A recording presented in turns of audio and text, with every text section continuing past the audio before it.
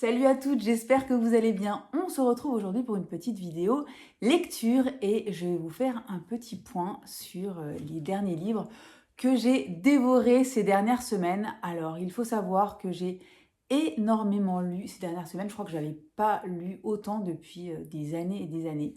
Vraiment, je suis sur un très très bon rythme de lecture, donc je suis vraiment contente. Et surtout, j'ai lu des merveilles. J'ai lu vraiment des merveilles.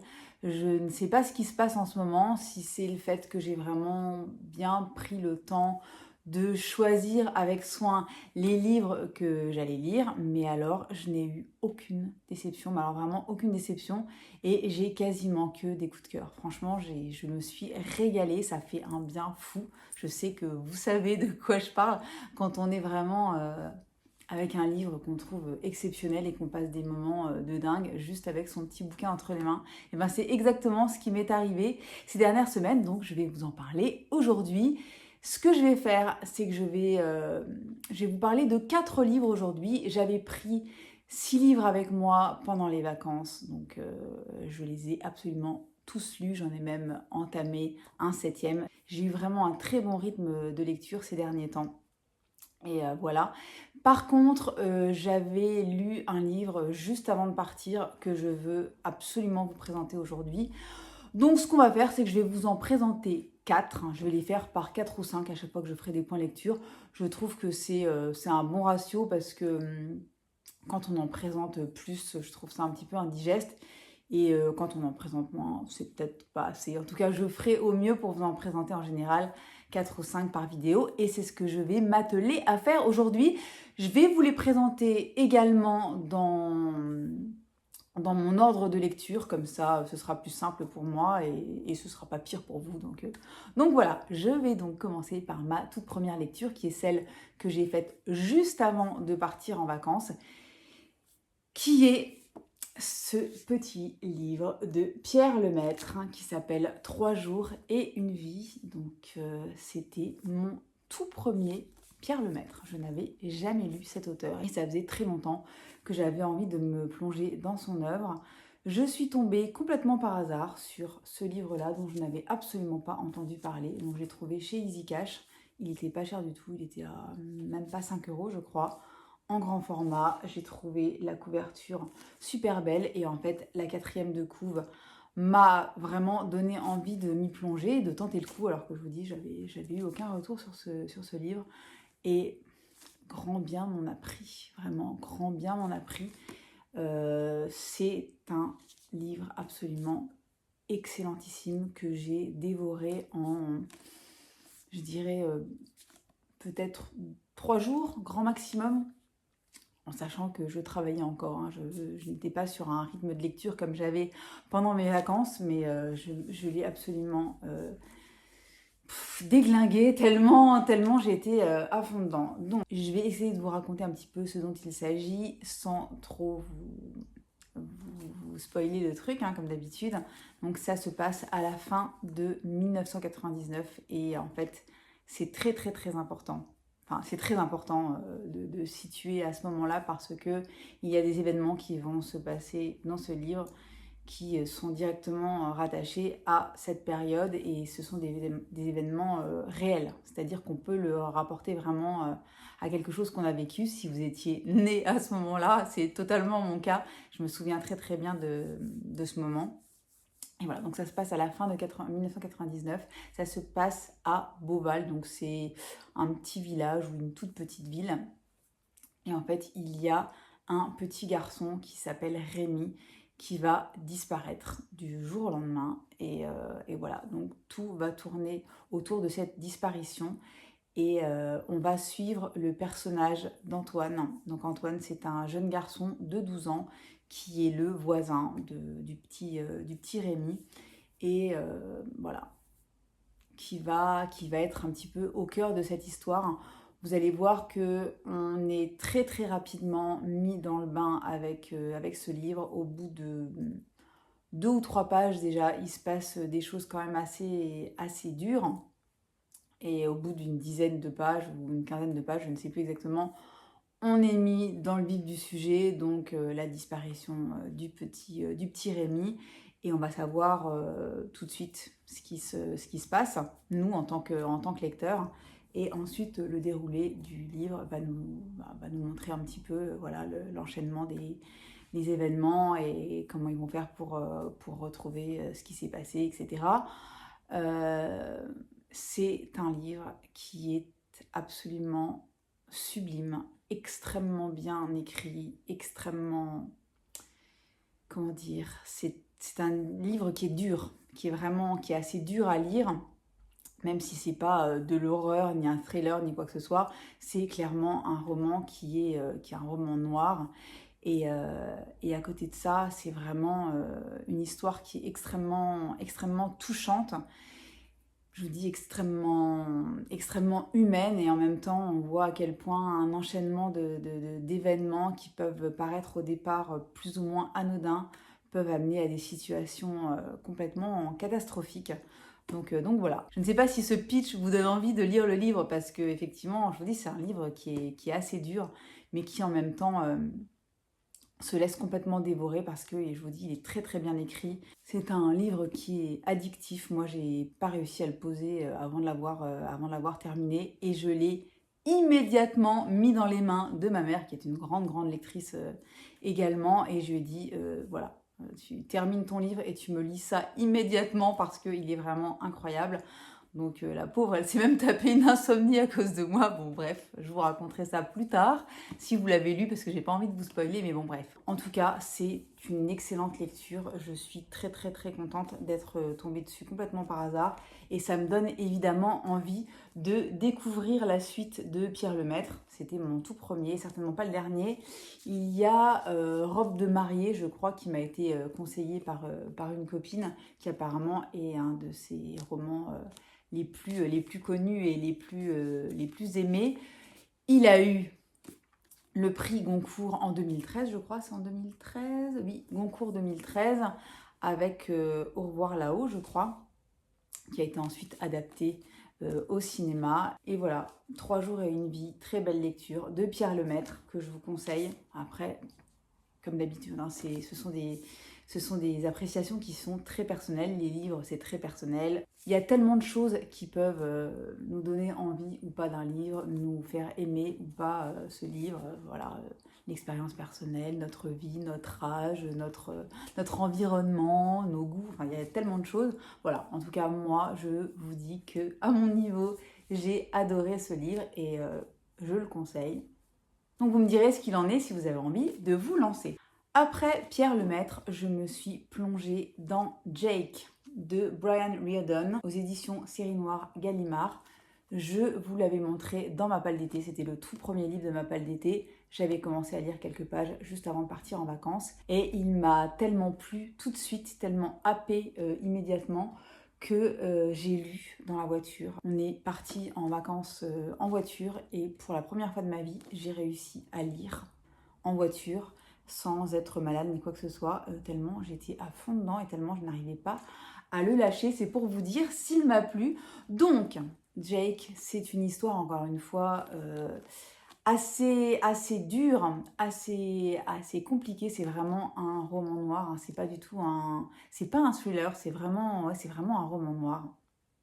C'est l'histoire d'un père qui s'appelle Simon Connolly et qui est papa au foyer, qui élève donc ses 2 enfants, Jake et Lainey, donc un garçon et une fille. Il élève ces 2 enfants à la maison, avec toutes les difficultés que ça peut comporter d'être père au foyer, aussi bien en termes d'image, hein, auprès des autres familles, des autres pères, des autres mères, parce que c'est quelque chose qui est encore très loin d'être répandu, et aux États-Unis, j'ai envie de dire, encore plus, ils sont tellement conservateurs, etc., que le père au foyer, ça fait toujours un petit peu, on se demande quel est le problème, où est le souci, etc. Même si ils adorent l'idée d'avoir un parent qui s'occupe intégralement des enfants à la maison sans travailler, bizarrement, quand c'est le père, ça passe moyennement bien, donc c'est pas grave, parce que c'est la voie qu'a choisie Simon Connolly en accord avec sa femme. C'est d'ailleurs sa femme, plus ou moins, qui lui a proposé de fonctionner comme ça parce qu'elle, elle travaille dans un grand cabinet d'avocats et qu'elle avait envie de, voilà, de se consacrer à sa carrière. Donc ils se sont arrangés comme ceci. Ça va être l'histoire de ce papa qui va apprendre un jour qu'il y a eu une fusillade dans le lycée de ses 2 enfants et que son fils va disparaître le jour-là. Son fils va complètement disparaître et voilà, il va être mis au courant que la personne qui est censée avoir fait cette fusillade, c'est l'ami un petit peu maudit de son fils. Donc là-dessus, donc on va se plonger vraiment dans l'histoire de cette tragédie avec une temporalité qui est très très présente dans ce livre. On va vraiment passer voilà, de la tragédie sur un chapitre pour ensuite passer à l'autre chapitre, à la jeunesse des 2 enfants et la façon dont il va les élever, les anecdotes qu'il va pouvoir nous raconter, les petits détails qu'il a pu remarquer au fil des années sur le comportement de son fils, sa façon de l'élever à lui, etc. Et tout ça pour déboucher sur cette fameuse tragédie. Où est Jake? Qu'est-ce qui s'est passé? Pourquoi est-ce qu'on ne le retrouve pas? Pourquoi est-ce que il ne répond pas au téléphone? Comment il a pu s'évaporer comme ça le jour du drame? Qu'est-ce qui lui est arrivé? Est-ce qu'il est éventuellement responsable de quoi que ce soit? C'est ce que vous allez découvrir dans ce livre. Je ne vous spoile pas du tout parce que c'est vraiment, on le sait tout de suite au niveau de la 4e de couve, que le jeune Jake voilà, disparaît et qu'il est éventuellement soupçonné d'avoir participé à cette tuerie. Donc voilà. Un roman poignant, un roman vraiment très émouvant, assez dur, par moments vraiment dur, dans lequel, si vous êtes parent comme moi, dans lequel parfois on arrive à se projeter et à se dire qu'est-ce que moi j'aurais fait à la place du papa, comment moi j'aurais géré les choses, est-ce que j'aurais fait mieux, est-ce que j'aurais fait moins bien, est-ce que je comprends, est-ce que je comprends pas, enfin, c'est vraiment un roman qui est très très bien fait, très profond et en même temps pas chiant du tout à lire, vraiment ça se lit très très bien, c'est très bien écrit. Voilà, c'est une pépite, je l'ai absolument dévoré, c'est pareil, je l'ai dévoré, je l'ai adoré et je vous le conseille si vous aimez les romans noirs qui abordent des thématiques qui sont assez dures et qui sont malheureusement très très répandues en ce moment enfin, aux États-Unis et ailleurs malheureusement. Vous allez beaucoup aimer Jake. Pour celles qui l'ont déjà lu, dites-moi ce que vous en pensez dans les commentaires.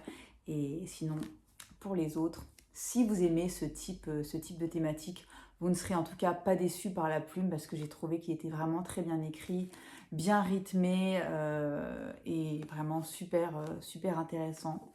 Très très très beau livre. Ensuite j'ai voulu rester aux États-Unis mais me plonger dans une ambiance un petit peu différente et j'ai donc sorti mon petit Alabama 1963 de Ludovic Manchette et Christian Niemiec. Alors l'histoire se déroule en Alabama en 1963 à Birmingham et vous avez le corps d'une jeune fille noire qui est retrouvée assassinée.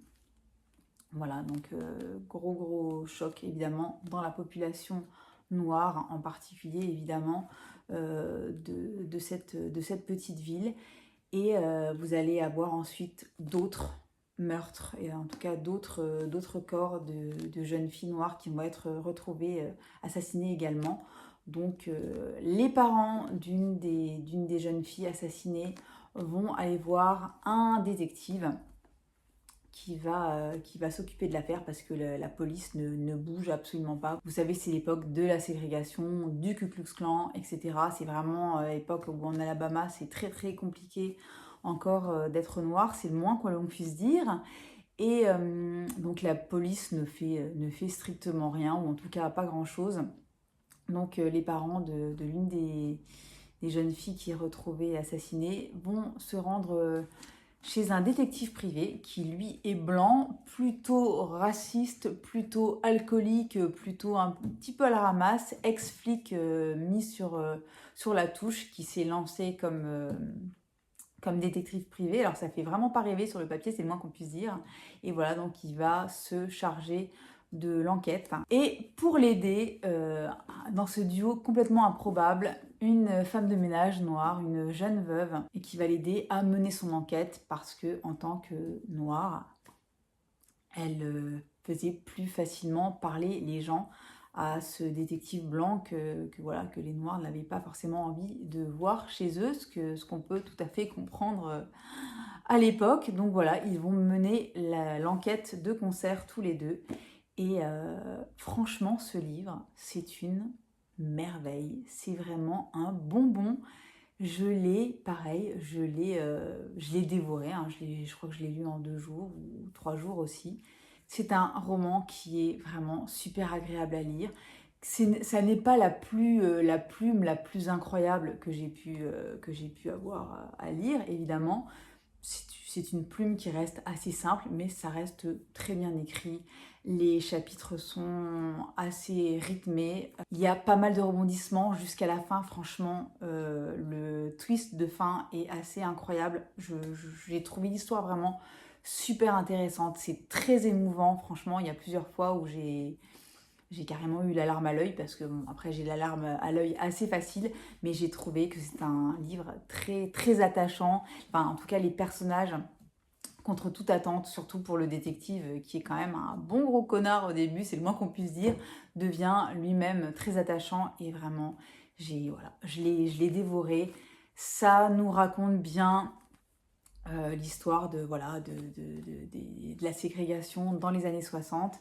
C'est un petit peu cliché sur certains points. Ça n'est pas un livre qui est extrêmement, comment dire, extrêmement militant, etc. Mais c'est plein de bons sentiments et ça fait vraiment du bien. Franchement, je trouve qu'il n'est pas, c'est pas un livre qui est déplacé pour autant. Je trouve que vraiment les choses sont bien expliquées et que c'est une chouette histoire, même si elle est assez dure par moments. C'est une chouette histoire et vraiment très très très très bonne lecture. Je l'ai beaucoup beaucoup aimé et je crois que vous êtes déjà pas mal à l'avoir déjà lu. Il est sorti en poche. Moi, je l'avais trouvé en grand format d'occasion, mais il est sorti en poche. Et vraiment, je vous le conseille, c'est une merveilleuse lecture.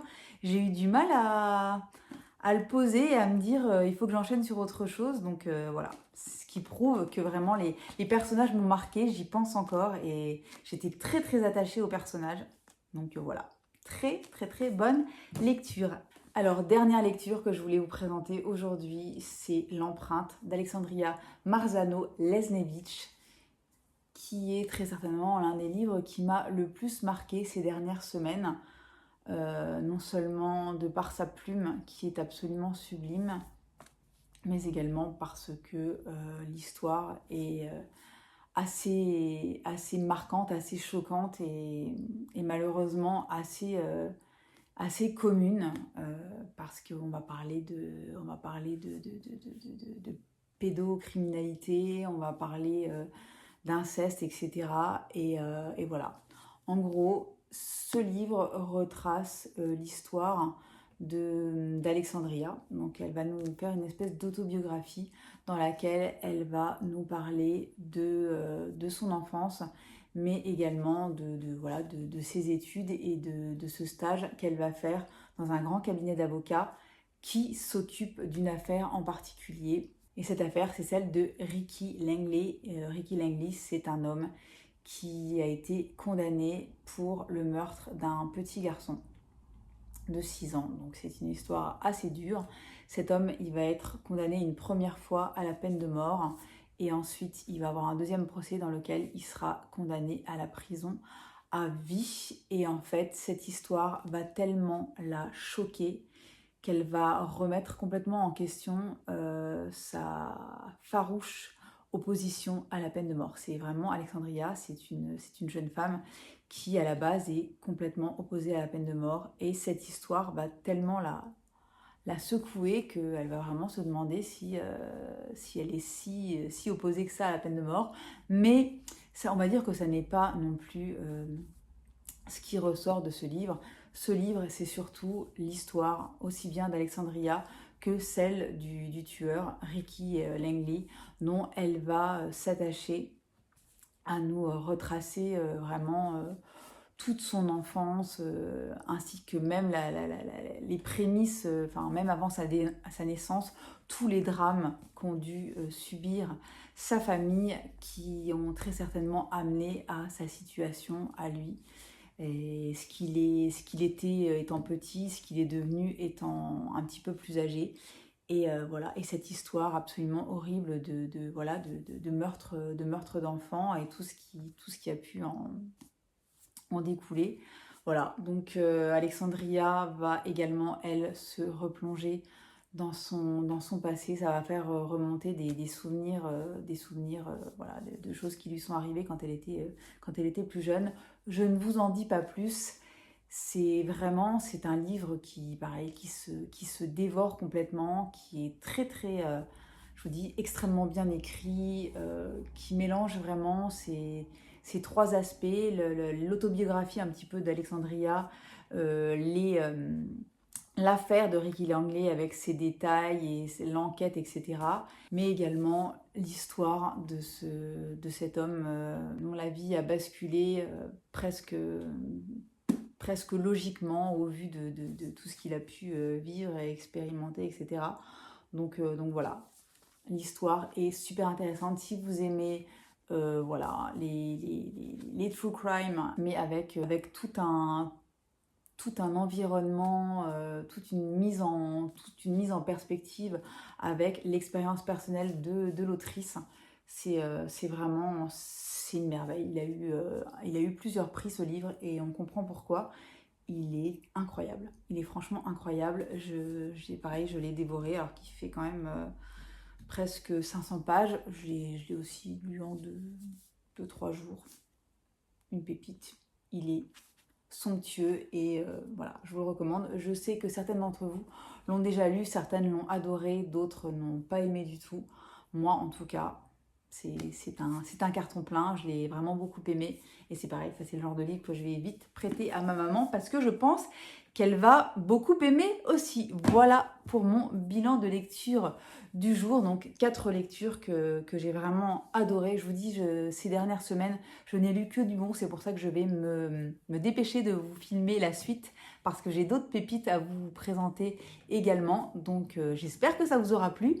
N'hésitez pas à me dire dans les commentaires si vous connaissez déjà ces livres, si vous les avez lus, ce que vous en pensez. Et si ça n'est pas le cas, si peut-être ça vous donne envie de vous y plonger. Si vous avez des conseils, n'hésitez pas. Moi, je suis toujours avide de conseils de lecture, etc. Si vous pensez qu'un livre ou l'autre pourrait me plaire, n'hésitez pas à le dire dans les commentaires.